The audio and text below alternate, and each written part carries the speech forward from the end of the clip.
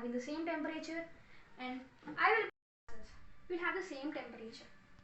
So after this, now let us know about conducting wall. So for this we need a metal glass. This is copper.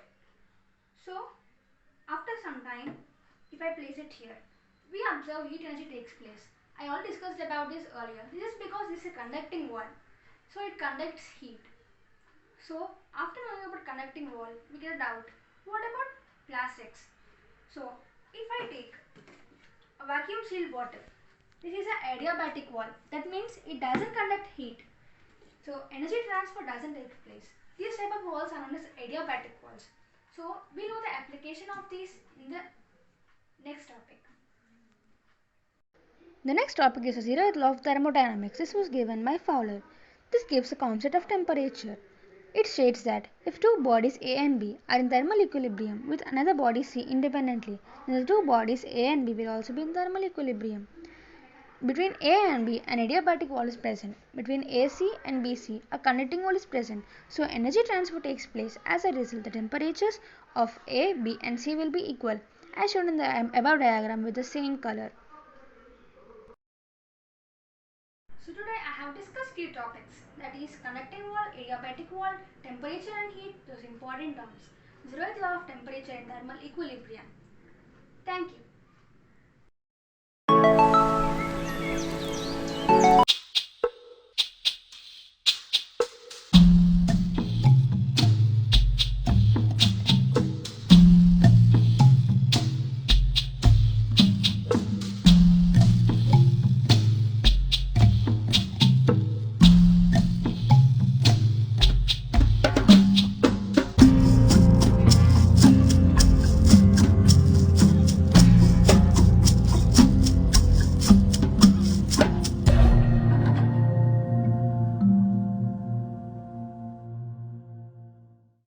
Namaste. Today I am going to do an experiment on thermal conductivity of different materials.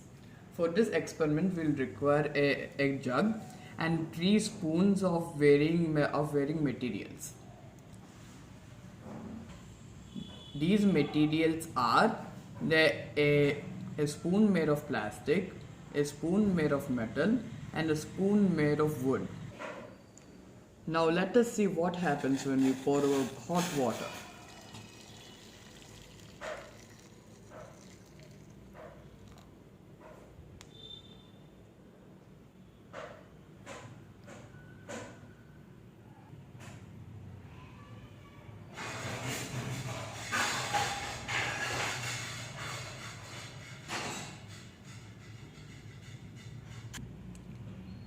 Now if we observe carefully, the steel spoon will melt the fastest because the thermal conductivity of metals is very high when compared to non-metals like plastic and wood.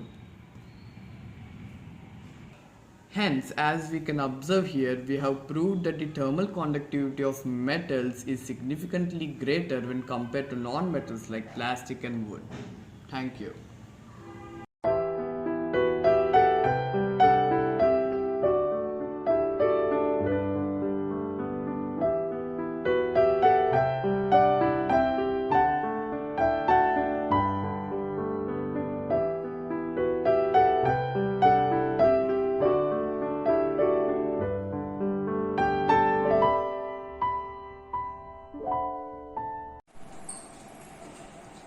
Hello, I am Anurag and today I am going to perform an experiment on thermal equilibrium.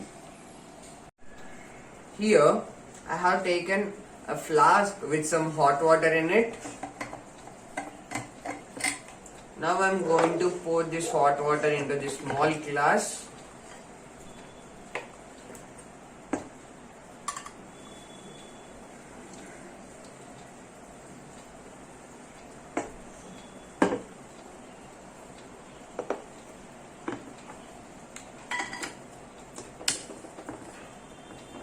The temperature of the hot water is approximately some 40 degrees Celsius. On the other hand, I am having a glass full of ice. The temperature of the ice is about some 0 degrees Celsius. The room temperature is about 30 degrees Celsius. Now, I am going to place these two glasses nearby, but I'm going to have some distance between them. Let's check it out after half an hour.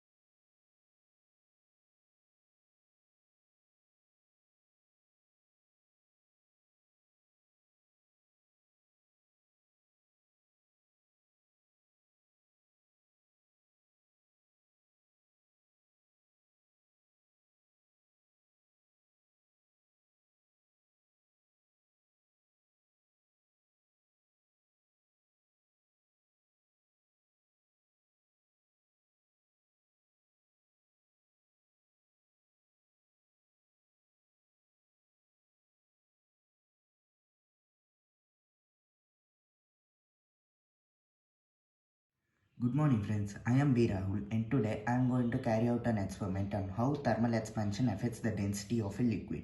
So here we have the cold water which is indicated by blue and hot water which is indicated by red.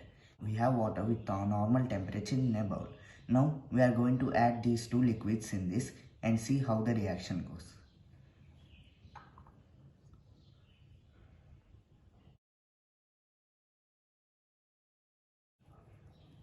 So here if you observe, the red liquid slowly is coming up and the blue liquid slowly goes down. This is due to thermal expansion of the liquid.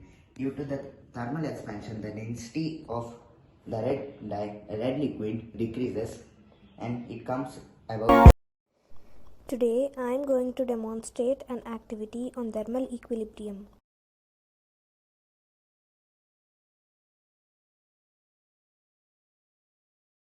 Let's start the process.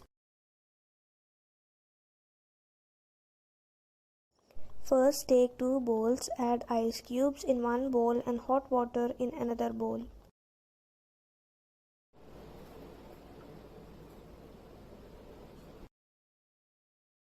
The temperature of ice cubes is 0 degrees and temperature of hot water is 70 degrees. Room temperature is 30 degrees.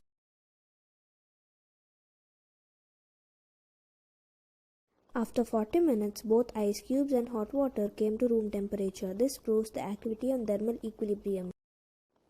Thanks for watching. This is I, Nishita Kamlini. Namaste everyone, this is Neil Sathik. Today I am going to make an experiment on thermal equilibrium. We have ice of -3 degrees Celsius and hot water of 80 degrees Celsius. Now I am going to place ice in hot water body where the heat from the hot water will be moving to the ice and both the temperatures will be cooled down. Let's see this experiment after an hour.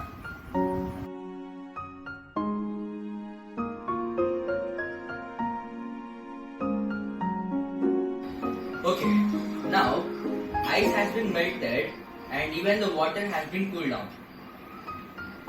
By this, we can understand that both the temperature has been cooled down to the normal temperature. Over here, we can conclude that the thermal equilibrium process is attained, and we can also see the conducting wall in this. The heat from the water has been transferred from the glass by conducting wall. Means the glass act like the conducting wall to the ice, and the heat has been transferred and conducting wall is also attained. Thank you.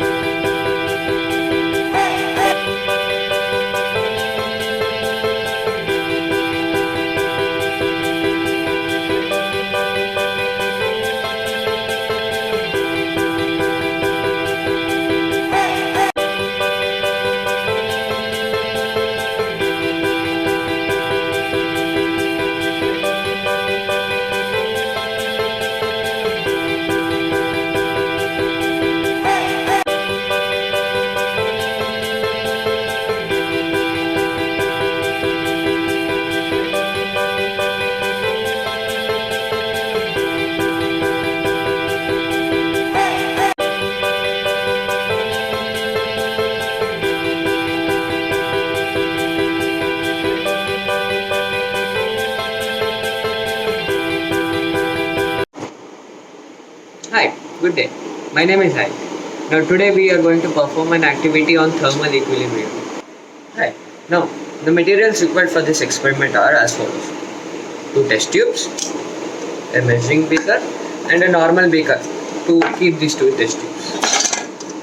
Got cool water right over here. Now we measure this cool water in this measuring beaker. I have taken 25 ml of cool water, as you can see.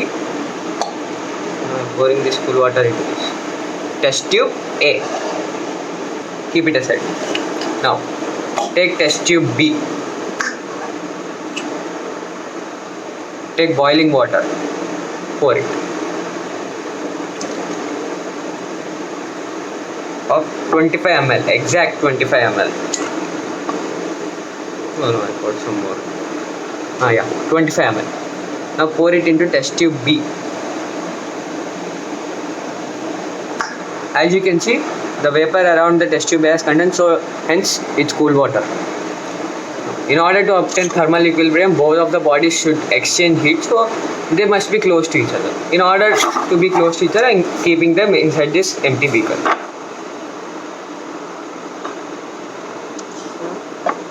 Now we just have to wait for some. A few inches later. No, still not happened. 6.5 hours later.